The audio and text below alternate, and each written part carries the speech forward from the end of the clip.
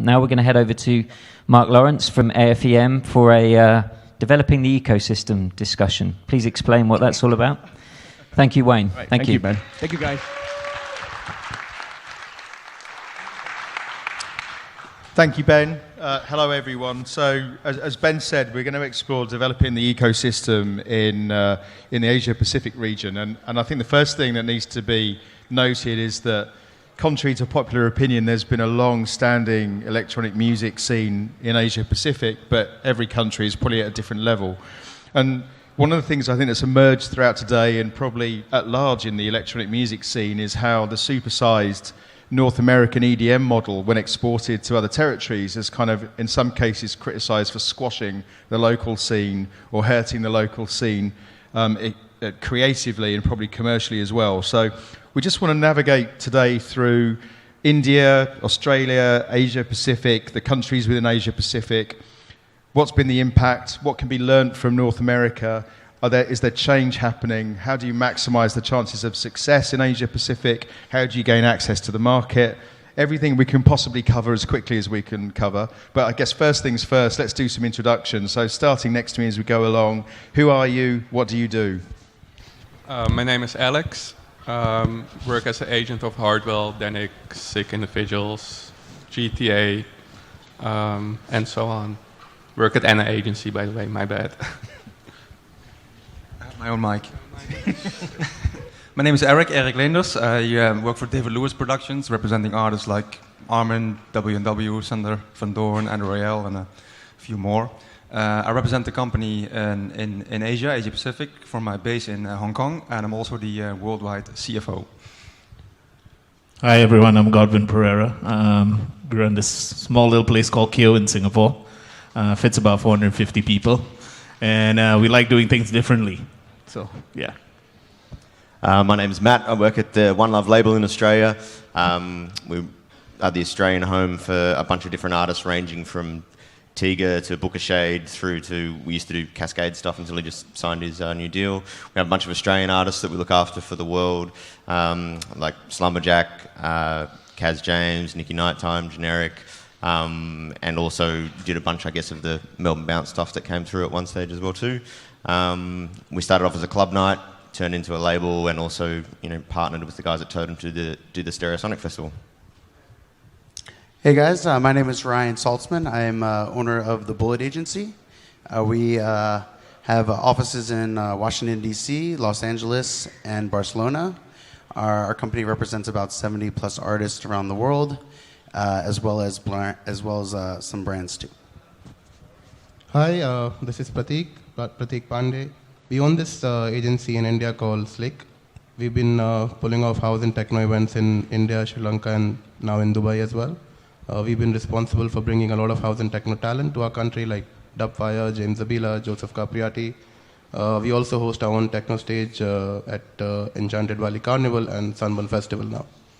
Brilliant. Thanks, everyone. So, Aleks, if I can turn to you first, how long have you been active in Asia-Pacific, and what have you seen as be the opportunity in the region?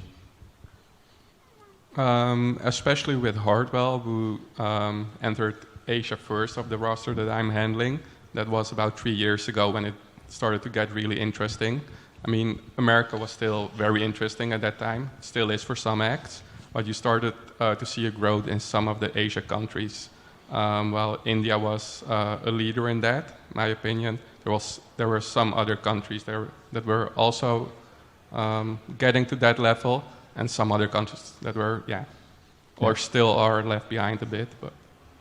And Erik, turning to you, what's unique about Asia Pacific? How do you approach the market compared to other markets around the world that you operate in? Unique. What I think is unique is it's still a very developing market, which, talking about opportunities is very good. Look at the sheer numbers. If you add up two countries, China, India, you have basically half of the world population, and it's unlike the Western world, it's still developing. So there's so much opportunity for growth in that respect that there is no borders, or at least not in sight yet. And Godwin, you said that you like to do things differently. How differently do you like to do it? Well, it's a really long question to answer, actually. Go for it. But, we've got time. Yeah, but I think we took a very different approach to how we want to do things in a very fast-paced society in Singapore, yeah. It's a really tiny island, and it has tons of people going in and out of it. And for us to get a market share of people who are like-minded that kind of follow the same concept of what we want to do with the whole underground thing. It's an ongoing education process. I think we wanted to make a product that is acceptable by everyone.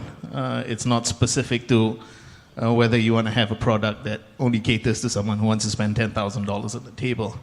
We wanted to make it fair and across and really approachable for everyone to experience. Yeah. Yeah. And Matt, I mean, Onelove is very much seen and synonymous with Australia.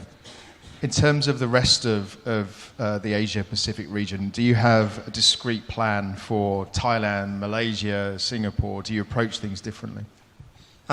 We live from a label point of view, we live in a great time now where you can promote stuff online and develop from your own country and do stuff, but it's still really partnering with strategic people is the way really to make things happen. We used to do Onelove club nights here in Singapore, I guess 2008, 2009 for a while, got a little bit of momentum, and then we sort of backed off on the club nights, focused more on the label, and then obviously with Stereosonic starting, the club night became less of a feature. But yeah, it's really just finding those right partners. I find it a lot more difficult, say, pushing a record in Thailand than, say, the UK or America because of a language barrier. Even though it's on our doorstep, it's actually harder unless the artist is actively going and touring and playing in those regions. And I guess that tips neatly on as a question for Ryan, which is how important then for your talent is there to be a kind of constant flow of touring? Do your artists need to be very, very visible in the territory, or is just having some record sales enough? I think it depends on the artist and what they want. I mean, some artists are content playing locally in their backyards, in their general region, and some prefer to be bombarded with gigs every weekend. I mean, in my opinion, if you want to be considered a global DJ, you have to play everywhere. You can't just pick the markets that are going to pay you the most or that are the closest in proximity. One of the hardest things that we have for us is that none of our artists that I can think of off the top of my head are from this region. So in order to play in Australia or any of the Asian Pacific markets, you have to put a lot of effort into flying out here, maybe an economy or and for lower fees and really put in the work because the music scene isn't as versed in who's doing what in the Western world, so you have to kind of go in there again and again and build a presence through that kind of method. And Prateek, you mentioned some great words in your introduction, which was house, tech house, and I think techno as well. A lot of people associate the Indian market with big festivals, big EDM. How challenging and rewarding has it been for you to be programming essentially underground? Well, it's been really challenging. When we started 5 years back, most of the people that were going out and about every weekend was a very EDM-centric crowd. And slowly, I mean, I figured that time as well that if, I used to listen to EDM myself, and after like 3-4 years, it stopped doing anything for me. And, you always have the trickle-down effect where people grow out of a certain kind of music. And it's been really challenging to constantly push the envelope, as you say, with this kind of music. It's starting to reap the rewards now, I think, for the last year or so. And, I mean, if you just look at the names who are coming to India from the underground house and techno spectrum, in the last 5 weeks itself, it's staggering. I mean, the who's who is there. There's Seth Troxler, there's Art Department, there's John Digweed, there is Dubfire. So, I mean, everyone's coming down now, and the numbers are slowly growing as well. So I'm pretty hopeful that in the next couple of years, we'll be exactly where we wanted it to be. Brilliant. So, Aleks, from your perspective, is this an EDM market, or are you preparing for the development of house, tech house, and the underground? Is it different by country? What's your strategy? It's a difficult question. India, like Prateek said, was very focused on EDM. Some other countries still are. You see, like you said, a development in India where it's becoming less focused on EDM, although the big festivals are still programming that. For example, China, which is really focused on EDM and really eager to get some more EDM going. But like I said also when I answered the previous question, India has been, compared to the rest of Asia, I believe, a country that, one of the front runners. One of the first countries that really got into EDM, but now also one of the first countries that is looking further than EDM. And there's always an exception for big artists like Hardwell. There will be a fan base in India even if EDM starts going down. But in general, if you're a smaller act right now and think you can go on the EDM flow into Asia, it's going to get really difficult. So based on that, our roster from the agency is starting to be more diverse than it used to be. And same question, I guess, really to you, Erik. Are you preparing for a future of an increasing underground? Yes, we are. We are, like, for instance, signing more deep house acts, as we think that's going to be a new direction. The problem, however, is that it won't be an easy task to get Asia going with that. What we know is really a lot in Asia is that the crowd is still so focused on the famous top 100. And if you're not in the top 100, they don't want you. So it's going to be an education, and that's, I think, the biggest challenge, not for agents, but also for clubs, for basically for everyone to educate the people a little bit to actually get to know these these different directions and other music. And so, Godwin, are you taking that challenge of educating your crowd and not booking the obvious and starting to take a role in curating different styles, or are you forced into top 100 territory? Well, of course we're forced into top 100, but we don't do it because we can't afford it. So I think keeping it underground is also keeping it affordable when you're running a club, of that size. We fit 400, 450 people when we're running full. We get about 2,500, 3,000 people a week. On different nights, we run 4 nights a week. But we made it a standpoint to go out there and get acts that are not commonly wanted, you see. Yeah. I mean, we do guys like Ben UFO and all that's coming up, We've had a pretty good record of a couple of more underground acts that have been coming to us. So it's a labor of love. It's something that we really push hard with our marketing and try and educate people at the same time to receive or to try a new experience that is slightly different. And do you get hardballed by agents and management from Europe and the US? Yeah, I mean, when Kevin was here just now, I mean, he was saying, the minute he hears Singapore, he goes, okay, cha-ching, straight away, you're paying a premium, but of course, we stand strong and we battle with that. That's how we deal with it.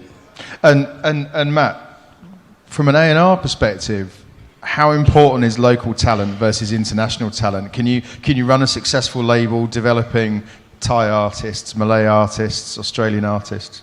For us, developing local artists has been probably our biggest focus in the last 2 or 3 years, especially since, from a licensing point of view, it's a lot harder to license a big dance record now. Like back in the day, it would be us and Ministry of Sound and 1 or 2 other labels vying for the Australian rights for something. But since the major labels have gotten back into dance music again and get out those huge checkbooks, unless you get onto the record really early before there's buzz, then forget about being able to compete with those guys. So the plus side has been, though, that we've signed a bunch of Australian artists and developed a bunch of guys who are now, kicking goals internationally. Like it was so awesome at Stereosonic the other week to see the Slumberjack guys, these 2 young guys from Perth. Actually, Morgan's originally from Malaysia, but has been in Perth the last 5 years. playing at 1 o'clock in the afternoon and filling up the second main stage with 10,000 people at 1 p.m. during the day. And these are guys that, last year, we're still sending demos around, and now they're one of the biggest Australian artists domestically in Australia. So for us, it's super important signing Australian artists and making them successful in your own backyard before trying them to take them somewhere else as well. And Ryan, from an agency perspective, are you now looking for the future from homegrown acts around Asia Pacific, or are you going to maintain a kind of an export model from Europe and the US? What does the future look like for you? Well, it's kind of, it depends on the situation. Like for us, our door is always open. We're always getting requests and mixes and press kits from around the world.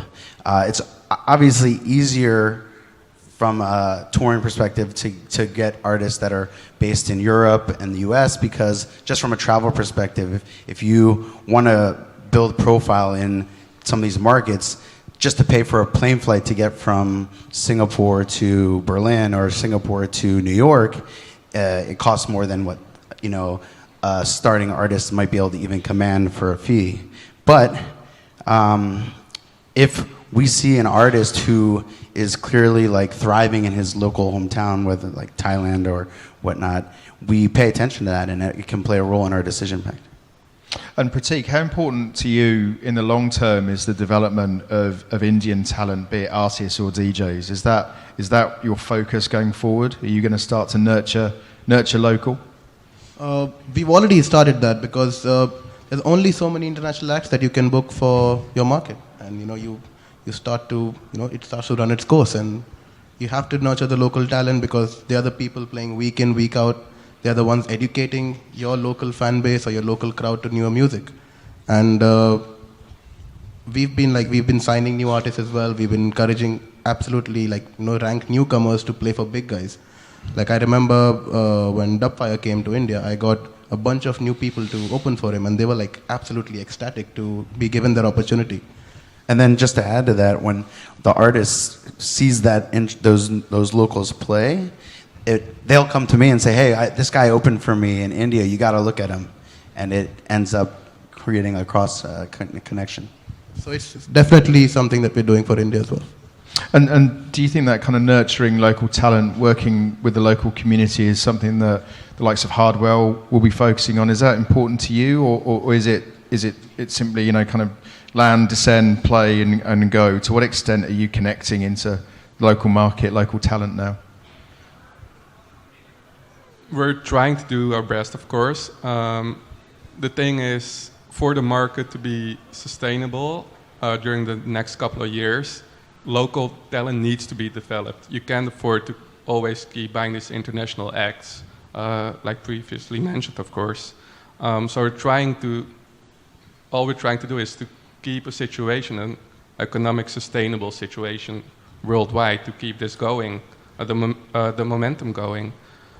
So, for example, when we're doing a Hardwell show somewhere international, if that's like it's used to be in the US or now in Asia, there's always local talent on board, just to get the right promo, have them playing in front of 10, 15, 20,000 people, what they're not used to, just to see to help their development going, basically. And Erik, what are the barriers to local artists and DJs rising up the ladder in Asia Pacific? How do you get on the radar of a large agency or promoter? Well, it's exactly what you said. It's important for local artists to get into the view of other artists, bigger artists, and if they're a warm up or something, and the big artists kind of endorse them. That's good. It's difficult to get there, of course.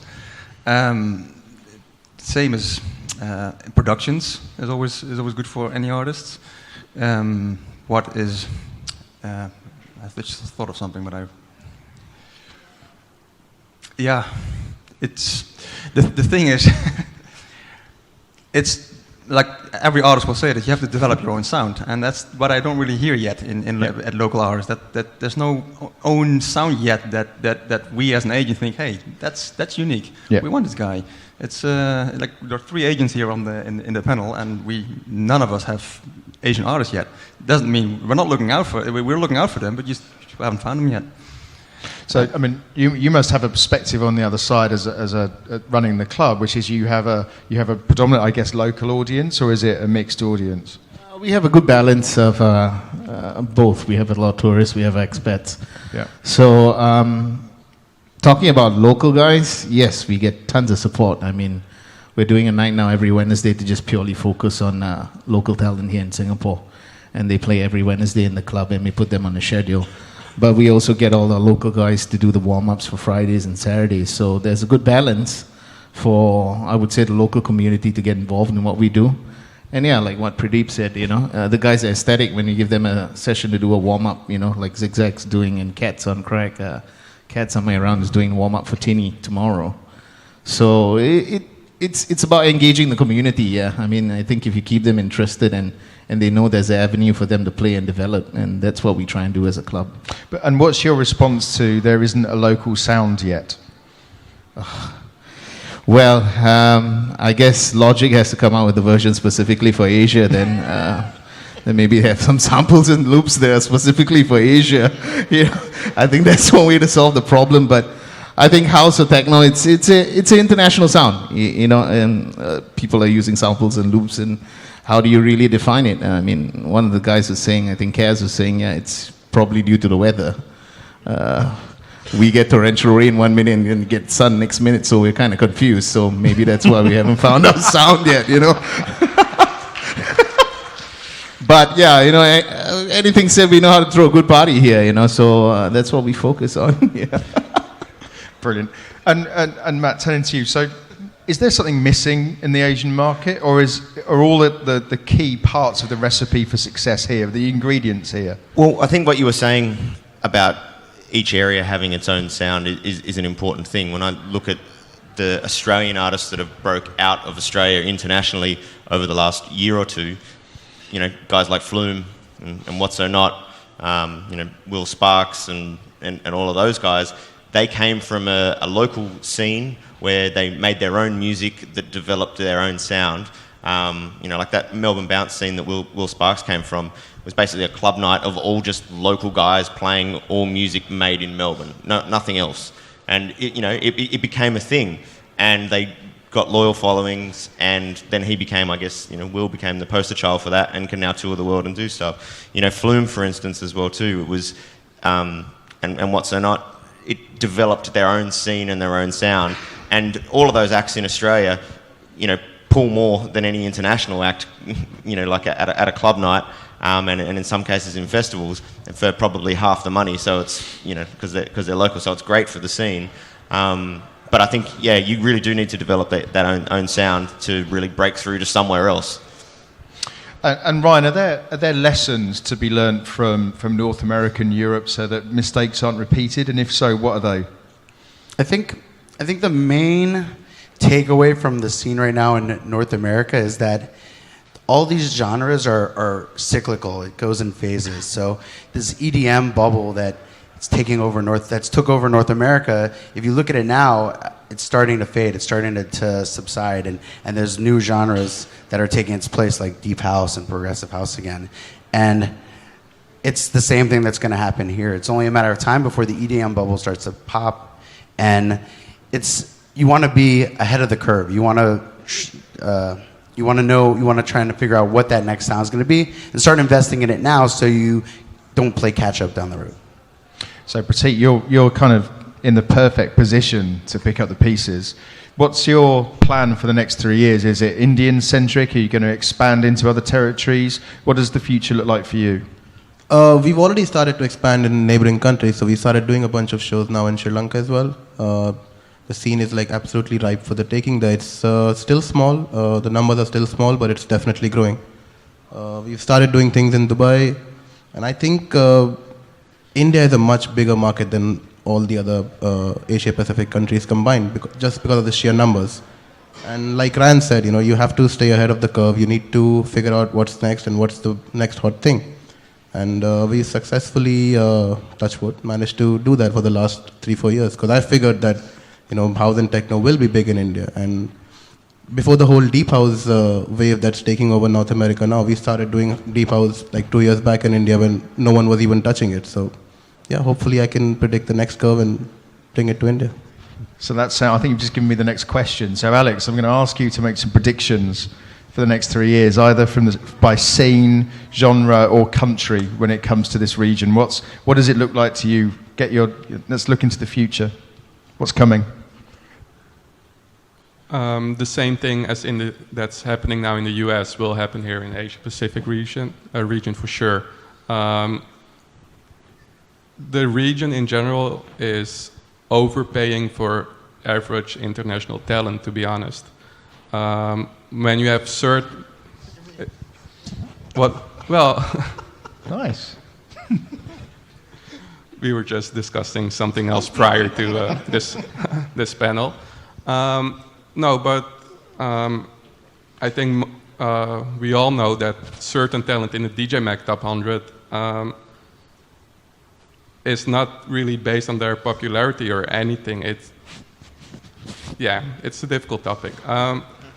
Let's just state it like this, that there are certain clubs, certain festivals that are overpaying to get that talent, that average talent that's in the DJ Mag Top from 50 to 100. I mean, there are more than enough exceptions, but that's what's happening right now here in the Asia Pacific region, and that's what's going to get this EDM bubble to burst in the next couple of years. And that, combining that with the development of local talent, will have people start looking for different sounds, not buying international acts, but just going for a local act that is capable of playing the same sound or anything like that. So I'm guessing, Erik, you have a view. Do you agree that there's overcharging, overpayment? No. No, I don't agree. Yes, I mean the fees are high, especially for the top guys. But they work hard for it. I mean, if we really want to make money, that's from a. I mean, I'm also the company CFO, so I know this. If we really want to make money, we'll just stick with the US for a little bit longer. I mean, Asia still can't chuck up the same fees, but we'll still go here because like Rain said, it's important to be everywhere. I don't think it's overpaying yet. No. I think the what Asia has to be aware of a little bit more than basically paying big fees is the overkill that we see in the US. I think that's going to be the next challenge to kind of take it easy. Asia is a continent that historically always has taken things easy. So that's how we should approach this market, not to dump it all in like we did in the US. Okay. And I'm going to ask everyone this question now. So do you think we're at risk of oversaturation in Asia Pacific and overpayment? Go on. Well, yeah, saturation always happens. I mean, I'm speaking on being in Singapore, right? The market changes very drastically every 12 to 18 months. You can have 100 or 200 restaurants and bars that open up, and after a year, 80% of them are closed, because they think it's easy. I'm going to open up a nice-looking bar, a nice-looking club or something, and it's going to work. But the real reality is you have to be in constant check of what the following trends are going to be, whether it's 6 months or 24 months down the road, and you have to somehow find and make that path to make it go in that direction. I think if you're going to sit and wait and find out what trends are going to be, then by that point in time, it's too late for you to react. So I think that's, the way to move forward. And is Australia oversaturated, or is it creating a counterculture to the commercial scene? Yeah, definitely. I think what's happened in the last couple of years is everyone was book acts, and then in the last 2 years you've discovered that half of those acts aren't worth what they're worth because they don't pull. So the promoters are starting to get a little bit smarter and be more in touch with their audience and actually go after acts that'll suit. And it's like, you know what? I don't need an act for the sake of having an act anymore. If it's a club night and you've got a good loyal following and you know your audience, you can get a local act who's going to pull the same amount for half the price. I think that oversaturation probably happened 2 years ago, and now, you know, there's a great underground scene happening in Australia again now, whereas 2-3 years ago it had become very commercial and mainstream, whereas now there's lots of awesome underground nights happening, underground DJs coming in and, you know, doing shows for, you know, with 4,000, 5,000 people for an act that, you know, maybe 2 years ago was the same size internationally, but we could only pull 500 people, because also entry-level music 2 or 3 years ago, kids were into more commercial stuff, more mainstream and bigger stuff, and now they're, you know, the trickle-down effect of they're wanting to know a little bit more. And Ryan, therefore, do you have a different approach for the club sector than to the festival sector, or how do you approach the market? Is it different folks for different size venues? When you say approach, what do you mean? In terms of the talent that you send, and do you pitch talent differently to clubs than you do to festivals, or is it one size fits all? For me, it's one size fits all. I mean, I speak to the promoter, and at the end of the day, like, I'm sitting in my office in Barcelona or in Washington or in LA, and I don't see the market here in Singapore firsthand. I have to work with someone in the market that I can trust and rely on, and that I know will give me a fair offer and will also put my artist in the best position possible. If it's someone that we think is good for a festival, we'll aim for that direction. If it's a club, we say, okay, we go into a club and then you build up into a festival. But that trust is necessary in order to do it properly. And Prateek, and we're going to reverse back with the same question all the way after you. What's your advice to new and emerging Indian DJs or Indian producers? What's your advice on how to make it and how to make it for the long term? What I really like about a lot of talent in Australia is that, you know, they've been pushing their music, and, you know, they're able to pack out festivals or clubs, like Matt pointed out, which is not happening in India, bar a few Indian names. I mean, I think Arjun Wagle, he's playing all over the world, and he's able to pack out clubs in India. There are very few of them in India who've been able to do that. And I think it's also a mentality which is deep-rooted, that, you know, we will only go and pay big money on the door at a festival or at a club if a big international act is playing. And I think that oversaturation still hasn't reached India, wherein, you know, people turn up early to listen to a local act. And developing their own sound is just one of the things, you know, like he said, there's no real sound, it's all international. But I would definitely think that if even like 1% of the crowd which is going out on weekends in India, if they start supporting their local talent, that's huge enough, you know, just the sheer numbers in India make it big. And recently a DJ from India made it to the top 50 of the DJ Mag poll. And I mean, he doesn't play dance music, but still he was in top 50, and that's because of, you know, just sheer numbers of fans he had. And I think if people start to follow that, DJs and producers, if they start to follow that trend, and if the Indian people also start to, you know, make heroes or like legends out of their own, I think we'll have a lot of big players on the market. So the same question to you, Ryan. What's your advice to up-and-coming DJs and producers in Asia Pacific on how to make it? The advice I give to everyone, you know, there's no one formula to make it in this industry. The only true thing you have to do is never give up. You know, you never heard of any person who made it by hearing them say that they gave up. You know, you have to try different methods. You have to keep pushing. But, you know, if it's what you want to do, and if this is going to be your lifelong commitment and career, then don't give up. I would just say do what you love. Musically, and stick to your guns. You know, don't try and chase something if you don't really believe it, because people see through that. You've just got to do what you really love. Yeah, so like I said just now, it's a labor of love.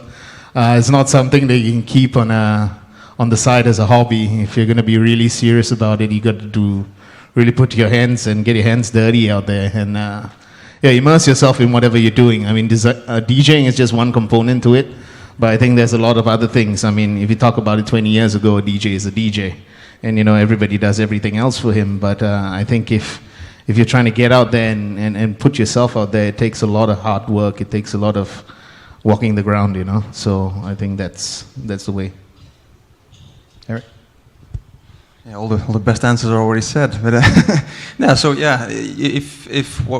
you already talked about the artist himself. Then I guess the next thing is if you don't give up and do your thing, do what you love, find the right team around you, find a good agent, find a good manager, focus on your music, focus on what you do best, and then find the right team around you to push you into the market, because you can't do it on your own. Those days are over. Absolutely. Last word from you, sir. Like they all previously mentioned, there's not an ingredient for being successful in the music industry. If we knew, we would have been artists ourselves, probably, at least some of us. But working and believing in yourself, working hard, believing in yourself, that's the only thing you can do. And please don't start making music because it's successful right now. Just make the music that you really love to hear and play, and work hard. And in the end, finding the right team around you helps a lot, but just stick with what you love and work hard for it.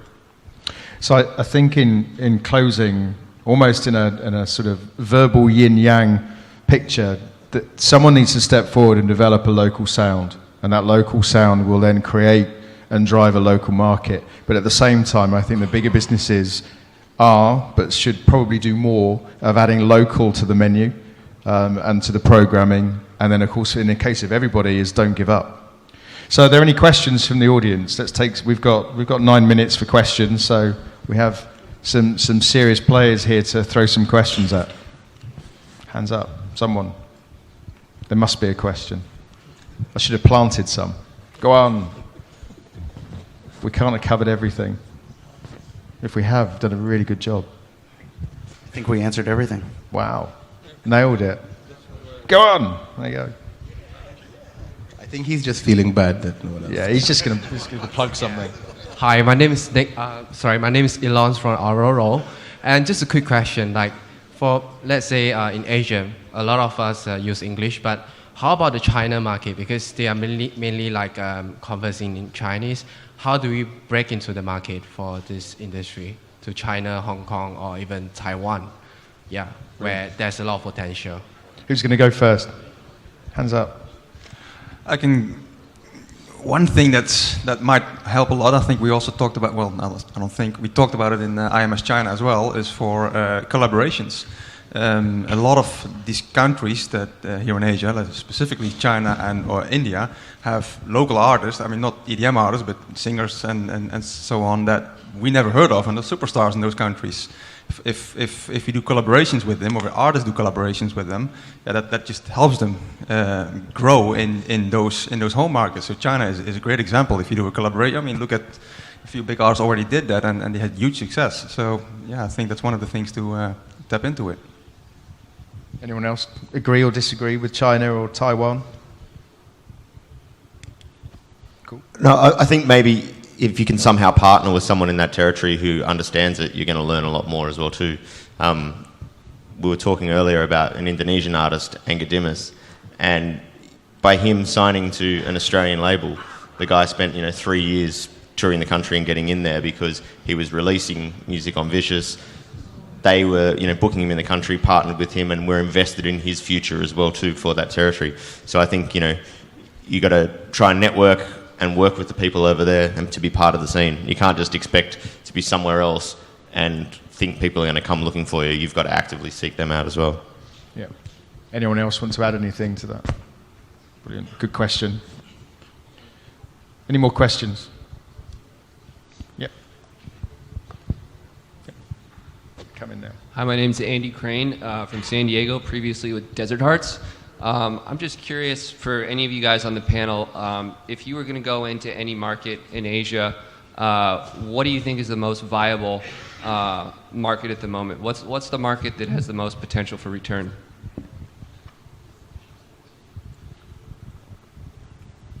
I think India is definitely one for the future right now. Straight up. Yeah, I mean, sheer population size, the acceptance of the music, and the types of venues and events that can be put on there, I think that's a great option. I think the only thing I would ask is, government-wise, is it difficult to deal with? Very. The government has made it like as difficult as they can to host big events. Like, they'll think of a new thing. Okay, we've not done this. Let's do this to make it more difficult for the promoter. But I think all said and done, once you're past the red tape and the bureaucracy, it's still, I mean, it's not even about the sheer numbers. I think the sheer numbers of young people in India, that's what it's all about right now. There's so many young people who are out and about, discovering new music, partying, buying tickets for festivals or club shows. And I've noticed that, and I think I was reading some article where the number of young people in India is like outnumbering the number of young people anywhere else in the world. And these are the same people, if in the bracket of 18 to 25 who are out and about. So I think India is definitely if it's not already, I think it's definitely the next big thing. Yeah. Did you want to add to that? Yeah, I think the real thing to think about if you're trying to bring a festival or something over here is who you can connect with in the market. It doesn't matter if it's India or Thailand or Singapore. If you ask like Ultra or if you ask Tomorrow World and you ask these people how they can get into these markets, is by finding the right person to work with that can have that infrastructure there so that you can bring your event to that country. Brilliant. Another good question. I think there was another one. Yep.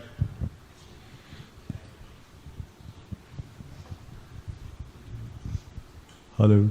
Hey, my name's Akshay. I have sort of a unique problem where, so you guys were talking about sticking to what you believe in musically, and I've produced under 7 different names along the years, and I have releases on Armada, Black Hole, Universal Music. At the same time, I have stuff for like Ninja Tune, Warp Records. So since you guys are on the other side of the fence, like what do you suggest for someone like me who doesn't want to be boxed into one particular kind of genre?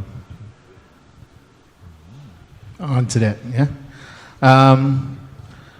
I think I know you, Akshay, yeah, for many years now, yeah. So I think it's up to you what your preference is and where you want to be exposed into which market that gets you your dollar value and your recognition value for what you're doing.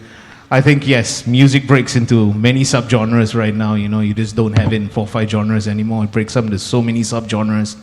But I think for an artist to try and figure out where he places himself in, I mean, there's different guys with different personas, yeah? Some of them do it, some labels just purely to make money, and then some guys do it for the art form, So I think if you want to try and find a good balance of where you want to belong, I think you got to make that decision for yourself to see what you really want to focus on, what you're happy producing that makes you money, and what's the stuff that you do that's more experimental that hopefully, someday you'll pick it up, somebody else picks it up. Right. Perfect. Yeah. Any more questions? We've got time for 1 or 2 more. Anyone? Yay.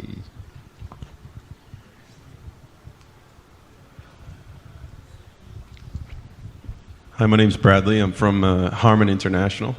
So my question is, how important is it for you guys to place the right DJ and the right talent in the right venue? And what sort of things do you look at in the right venue? Is it the fee, the relationships? Is it more the production that they have? And, how do you guys place them? Cool. Wish I'd written that question. Go on. Itching. I think that varies by artists. Some artists will come to me and say, just get me the most money possible. I don't care. And some will play for a fraction of what other people would offer if it's going to be the best party of their life. It's in the end, you kind of have to work out what your relationship with the artist defines how you put them into where they want to go, right? You build a plan ahead of time, and then you execute the plan.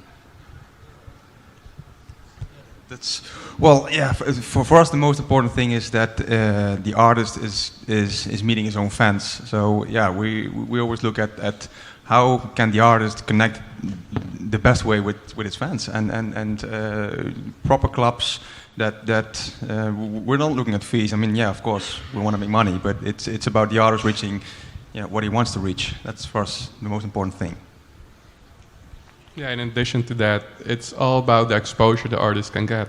The past couple of years, for example, for Hardwell, becoming #1 and remaining that was our main focus. So we just wanted to get the right exposure for him to be able to interact with his fans. That's why we started doing the I Am Hardwell shows, for example, doing a solo show here in Singapore with the guys from Zouk, but just on a different level, playing here for 15,000 people, just to get your own show here, the right exposure, the right interaction. and the fees, for certain acts it's more important than for another act, and that's how it is basically. Perfect. Well, sadly we're out of time. Bang on time. Thank you guys. That's been fantastic. Thank you for being so open and honest. Well, thank you. And thank you everyone. Thank and you. some great questions there. Thanks. Cool.